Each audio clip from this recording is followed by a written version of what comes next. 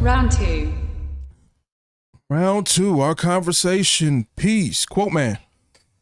I think we need to clearly define the term classic. It's a classic. That's you. That's you, man. It's your quote. So, yeah, I said that. I see you got two of the classics on the picture.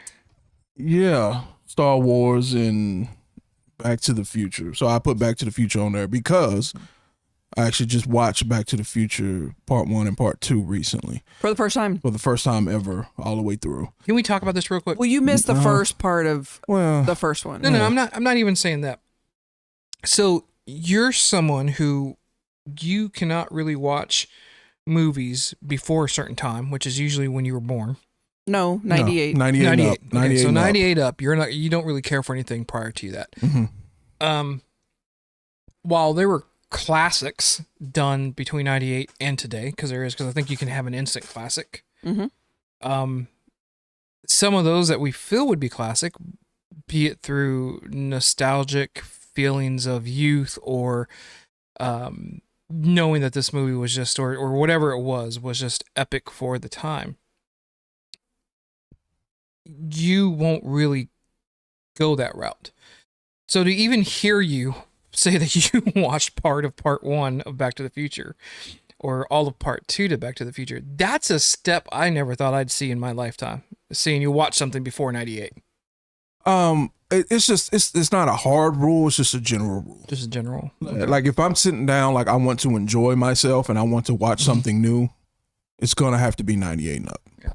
Like, but if I'm forced to watch it, like there's a marathon on and we just met these people at the con, or I don't know if we had just met them or we were about to meet them. I can't remember. It was the timeline. after we met him. Yeah, but we met the Christopher Lloyd, and I can't really Great Scott. I can't say we met Michael J. Fox, but whatever. We saw Michael J. Fox.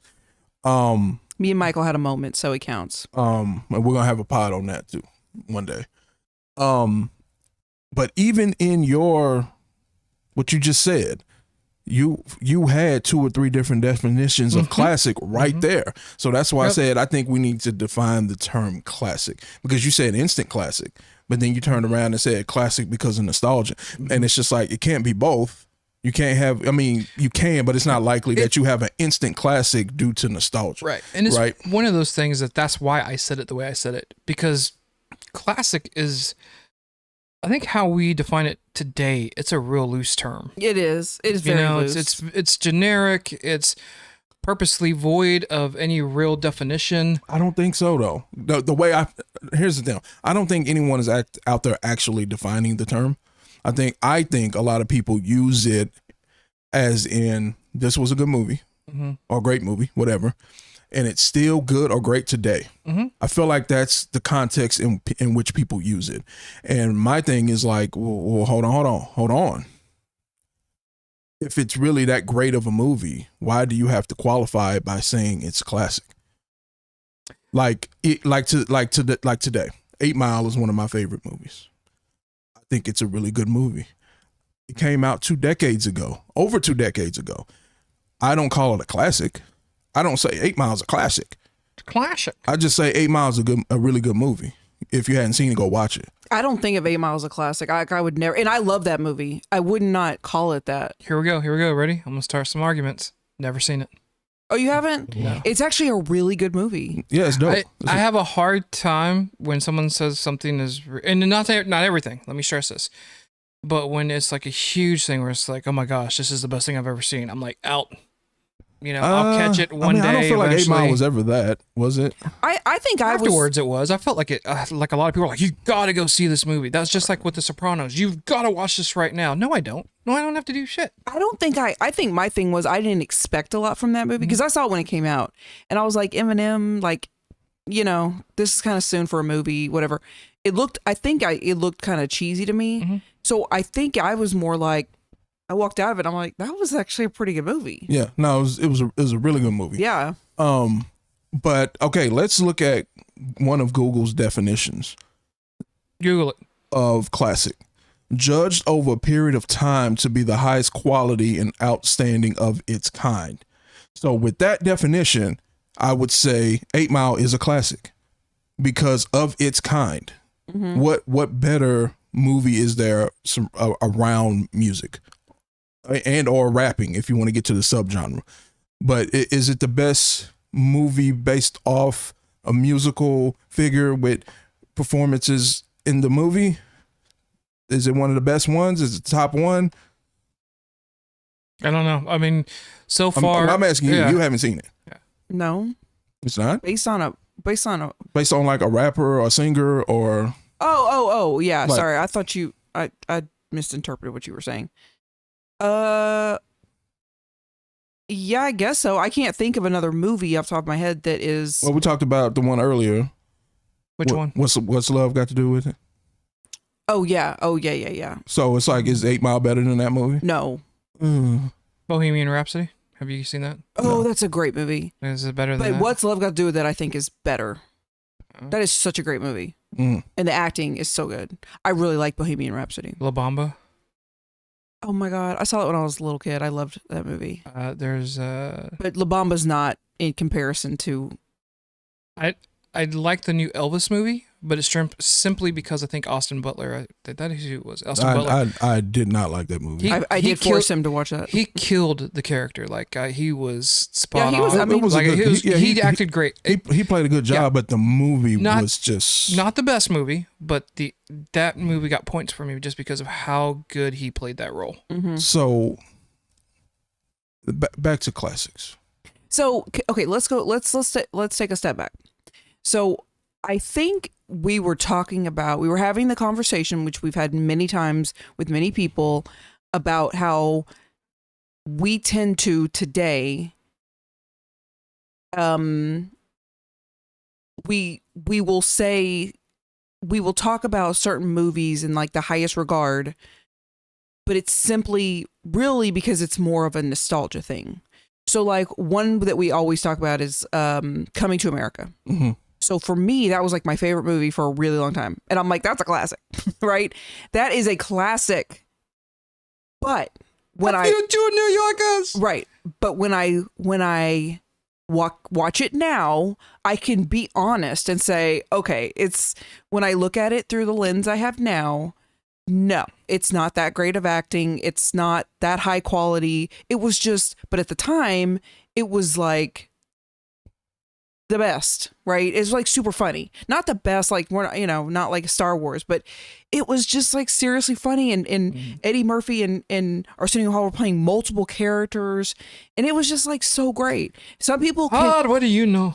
right? Some people cannot be honest. They're too stuck in the fact that like, no, it's such a great movie, and it's like, let's be honest. So anyway, we were having that conversation, and then we kind of translate. We started. I think I probably threw around the word classic. And then he kind of brought that up, like, what is that? I'm like, I think it's subjective because, like, my grandfather will talk about old movies, and I guarantee you he would reference something to him that is a classic that I'm like, I don't know. Now, if you say Gone with the Wind is a classic, I could agree with that. I've never seen Gone with the Wind, but that is something that is, like, still to this day talked about as one of the best movies ever made. But that's not something I would say in conversation as a classic. But to me, if it's not relevant today, or even prevalent, which Gone with the Wind is not, right? It is not the standard in which anything is compared to today. Yeah. In 2024, I would agree that it's a classic. But my definition of classic is it was great at the time.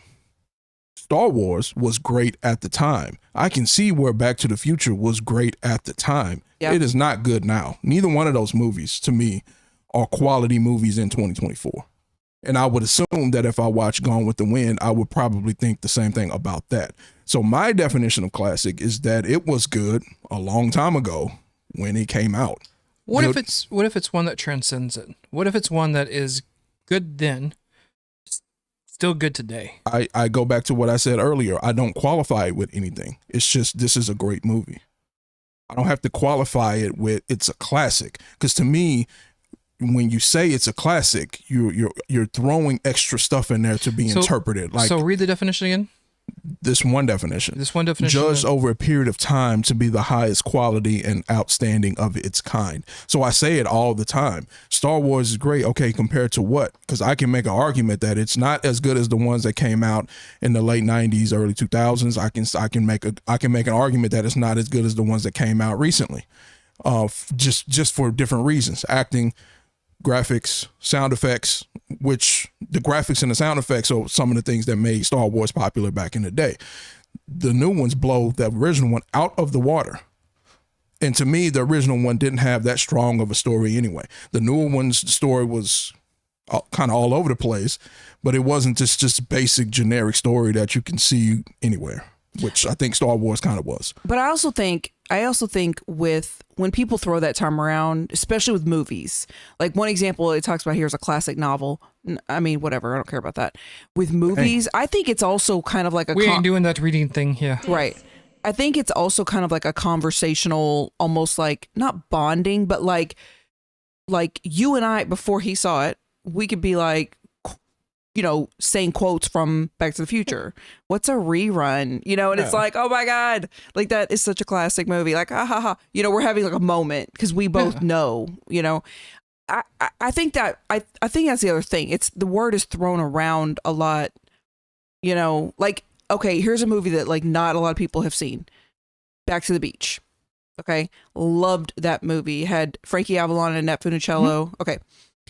I don't know many people that have seen that movie, but I grew up with that movie. So like my brother and I can bond off that and we can be like, that is such a classic. It's maybe it's not really a classic, but it's something that we're kind of saying like, or that's classic. Like, you know what I mean? Do you think maybe classic overtook because of the genres that we're discussing and because of it not being books or anything? Usually when you start talking about movies, it's always of the day, of that time period, as you were saying. So maybe we've just gone to saying classic because it is classic. It's a classic. Because it is something that was in the past, and if someone brings it up, we can sit there and talk about it. But really, to your point, right, what we're saying is this was a great movie for us while we were growing up. Yes. And classic just happens to fill that gap for someone else of our ilk to understand. I 100% think it's like it's the definition has changed. We use it not based on the real definition. Yeah, I would agree with that. You know? Yeah, and part of the reason this came up too is because of what we're reviewing today, which is X-Men 97. A classic. Which I've seen a lot of podcasts on X-Men 97 and a lot of people were referring to the original show as a classic. Yeah. It's a classic, right? And so that's where some of the topic came up too, because it's like, well, was it? Is it? What is it exactly?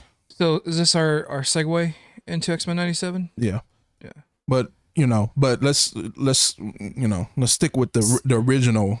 So to me, I can 100% see people saying that X-Men is a classic because probably for a lot of young boys, you two included at the time, all you and your friends were watching it. And again, it's kind of a bonding thing, like of you both watched it when you were a kid and it was so meaningful, or it was so great, or you know what I mean? Well, the only thing that I like from the Google definition is of its kind. That's the thing that stands out to me.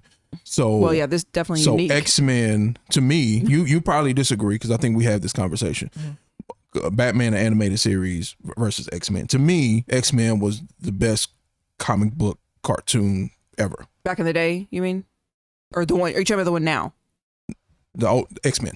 Okay. Not X-Men 97. Okay. But X-Men for a long time was the best cartoon comic book show. And we have had that argument where I've said, because you were like Batman animated series, which I mean it was good, but I just feel like X-Men was better. It just had a little more going on. There were episodes of, and here's the thing that again everyone's really also got to parse, separate, whatever you want to call it, sift.